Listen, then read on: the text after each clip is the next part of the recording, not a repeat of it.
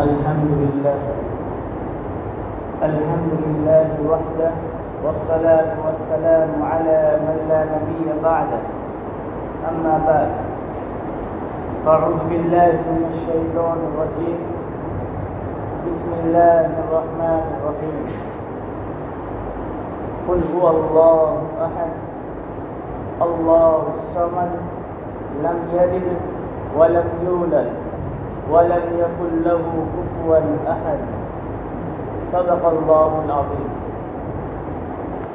اللهم صل على سيدنا مولانا محمد صلى الله عليه وعلى آله وأصحابه أجمعين اللهم صل على سيدنا مولانا محمد صلى الله عليه وعلى آله وأصحابه أجمعين اللهم صل على سيدنا مولانا محمد صلى الله عليه وعلى آله وأصحابه أجمعين۔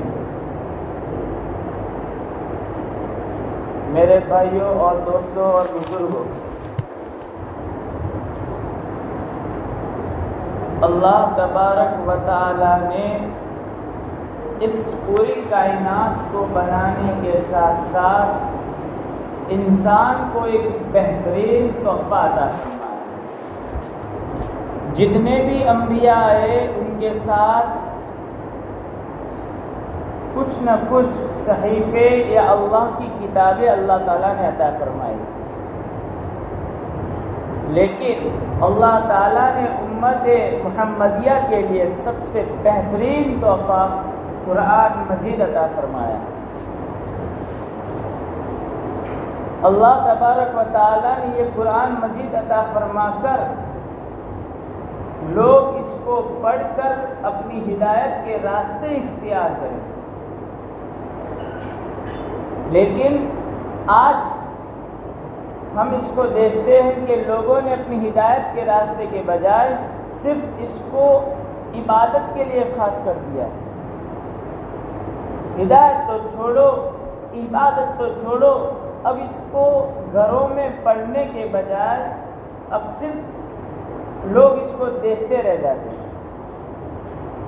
حالانکہ کتنی بڑی چیز ہے، جب اللہ کے نبی صلی اللہ علیہ وسلم پر 23 سال تک نازل ہوا، مکمل قرآن نازل ہوا، اس کے بعد جتنے بھی لوگ آئے، جتنے بھی صحابہ تھے، اس وقت کوئی لکھنے کا تو رواج تھا نہیں، تو تمام صحابہ جیسے جیسے اللہ کے نبی صلی اللہ علیہ وسلم پر یہ قرآن اترتا تو تمام صحابہ اللہ کے نبی صلی اللہ علیہ وسلم سے سنتے اور یاد کر لیتے۔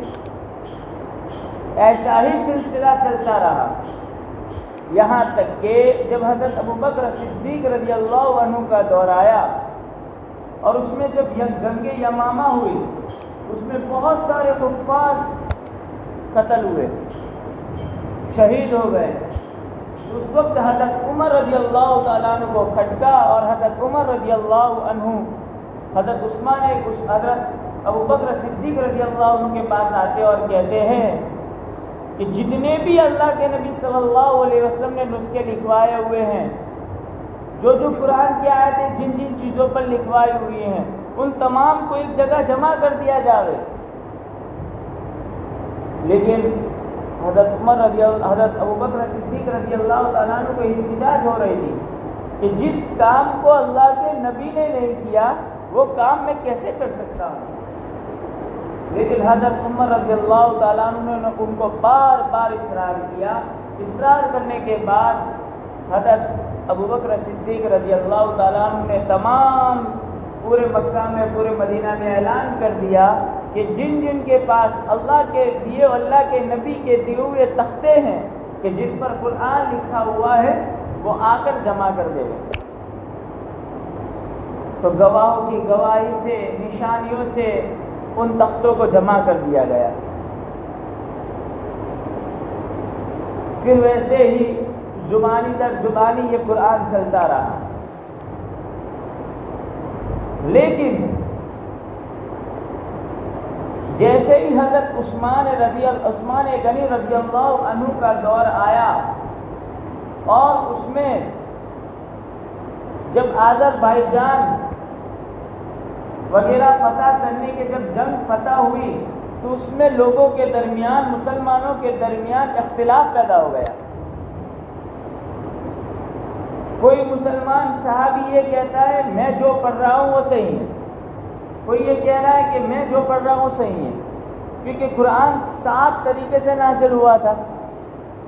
اب ہر ایک میں اختلاف پیدا ہو گیا، تو حضرت حذیفہ رضی اللہ عنہ حضرت عثمان غنی رضی اللہ عنہ کے پاس جاتے ہیں اور کہتے ہیں کہ لوگوں میں ایک اختلاف پیدا ہو گیا ہے، اب آپ کو ہی کچھ کرنا پڑے گا، یا تو ہم اسپیشل پھر سے پورا مصحف قرآن تیار کریں، پورا مصحف تیار کیا جاوے، قرآن کو تیار کیا جاوے اور لوگوں میں دیا جاوے کہ یہ قرآن صحیح ہے، اس کے علاوہ جتنے بھی اگر قرآن ہے وہ سب صحیح نہیں۔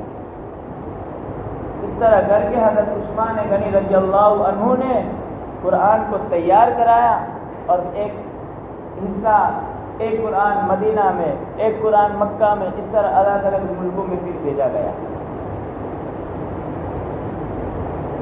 لیکن کہنے کی بات یہ ہے کہ صحابہ کے زمانے کے اندر قرآن کی کتنی عظمت تھی، لوگوں کے گھروں میں قرآن کے پڑھنے کی آوازیں گونجتی تھی، اور آج ہمارے گھروں میں دیکھا جاتا ہے تو رمضان آتا ہے قرآن کی آوازیں گونجنا شروع ہو جاتی ہیں، رمضان گیا نہیں قرآن بند ہو گئے، اب واپس 1 سال کے بعد کھلیں گے۔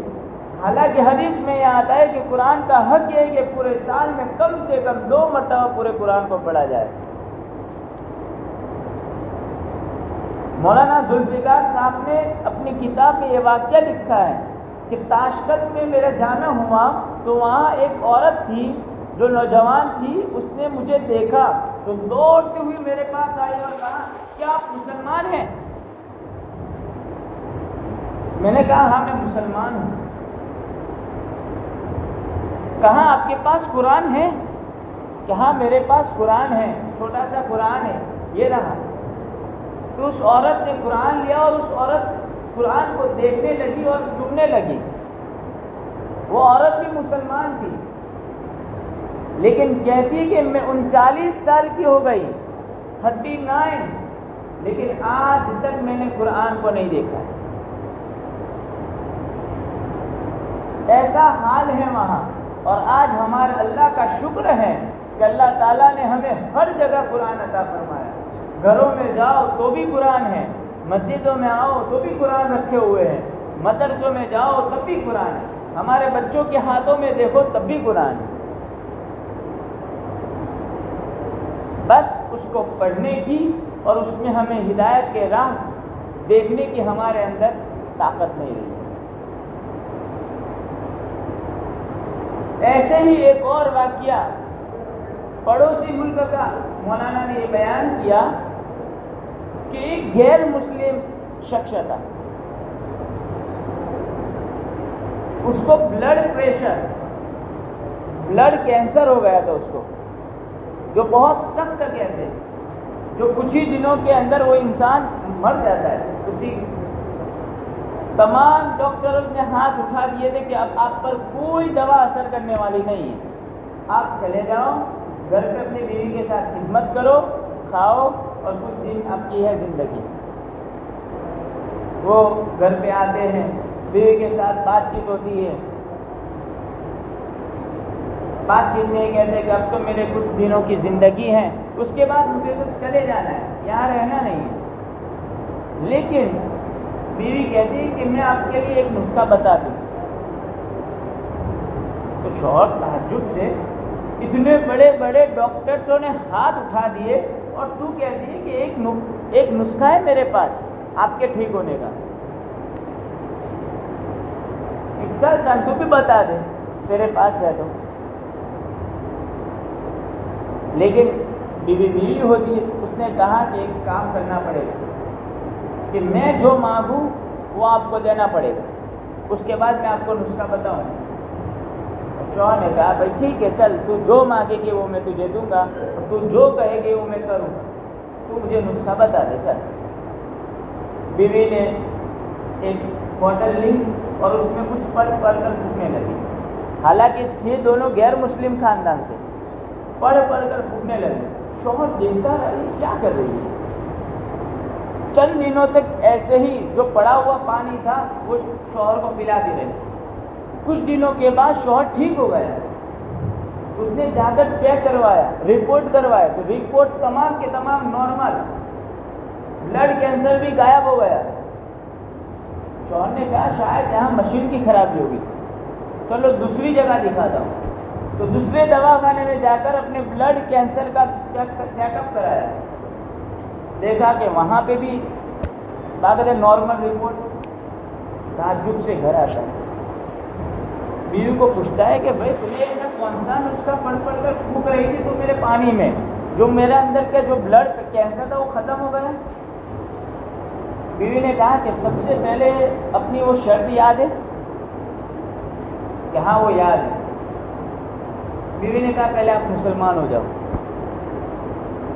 تو اب شوہر تو تھا غیر مسلم, وہ دیکھتا رہ گیا کہ آج تک میں نے ایسا سوچا نہیں تھا کہ میری بیوی مجھے ایسی شرط کرے گی مسلمان ہونے کی, کہ دیکھ بھائی میں تو ہندو مذہب سے ہوں, میں غیر مسلم ہوں, میں کیسے مسلمان ہو سکتا ہوں.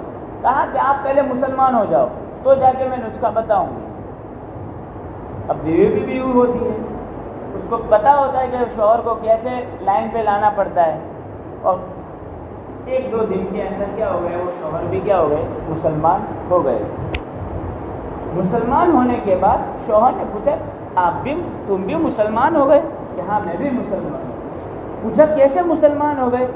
کہا کہ میں جب چھوٹی سی تھی اس وقت میرے گھر کے پاس ایک میری مسلم سہیلی تھی, اس کے گھر پہ میں جایا کرتی تھی اور اس کی ماں بچیوں کو قرآن پڑھایا کرتی تھی. قرآن پڑھانے کے واسطے تو جب وہ میری سہیلی بھی پڑھتی تو میں بھی اس کے ساتھ ساتھ قرآن کو پڑھتی. قرآن پڑھنے کے ساتھ ساتھ کچھ دنوں کے بعد میں بھی مسلمان ہو گئی. لیکن جب میں بڑی ہو گئی, جوان ہو گئی, جب میری شادی کا وقت ہو گیا, میرے گھر والوں نے آپ سے رشتہ کر دیا, تو میں اس آپا کے پاس گئی اور زور زور سے رونے لگی. اب میں کہاں جاؤں گی, میں کیا کروں گی, میں تو ایک غیر مسلم کے پاس جا رہی ہوں. آپا نے کہا ٹینشن نہ رکھ, ہم ایسا تیرے لیے کچھ کریں گے, نسخہ آتا ہے. اس طرح کر کے وہ چلی تو گئی. اب میں آپ کے پاس تو آ گئی. اب میرے پاس نہ قرآن تھا, کچھ بھی نہیں تھا, لیکن جو میری سہیلی تھی اس کی ماں نے جہیز کے سامان کر کے کپڑوں کے اندر قرآن چھپا کر مجھے دیا, اور میں اس کو آپ جب یہاں سے چلے جاتے تھے کام کے لیے تو میں روزانہ اس قرآن کو پڑھتی تھی. اور مجھے کسی نے سنایا تھا کہ اگر کوئی شخص بیمار ہو جاتا ہے تو علم نشرح والی اگر سورت کو پڑھ کر پانی میں دب کر پلا دیا جاوے تو سامنے والا شخص شفا ہو جاتا ہے. تو بس میں بھی آپ کے لیے روزانہ یہ کام کرتی رہی اور علم نشرح والی سورت کو پڑھ کر آپ کو پلاتی رہی, اور آپ الحمدللہ ٹھیک ہو گئے. تو آج کہنے کا مقصد یہ ہے کہ قرآن ہمارے لیے شفاؤں کا ذریعہ بن گیا, قرآن ہمارے لیے عبادتوں کا ذریعہ بن گیا, لیکن ہدایت کا ذریعہ ابھی تک ہمارے لیے نہیں بنا. وجہ کیا رہی؟ ہم نے قرآن کو پڑھنا صرف سرسری پڑھنا شروع کر دیا. قرآن کیا کہتا ہے ہمیں کسی کو پتہ نہیں.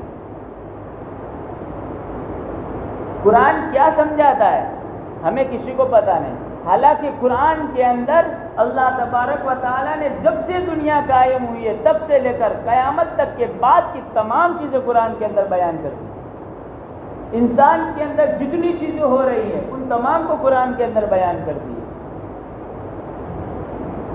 اس لیے ہمیں قرآن کو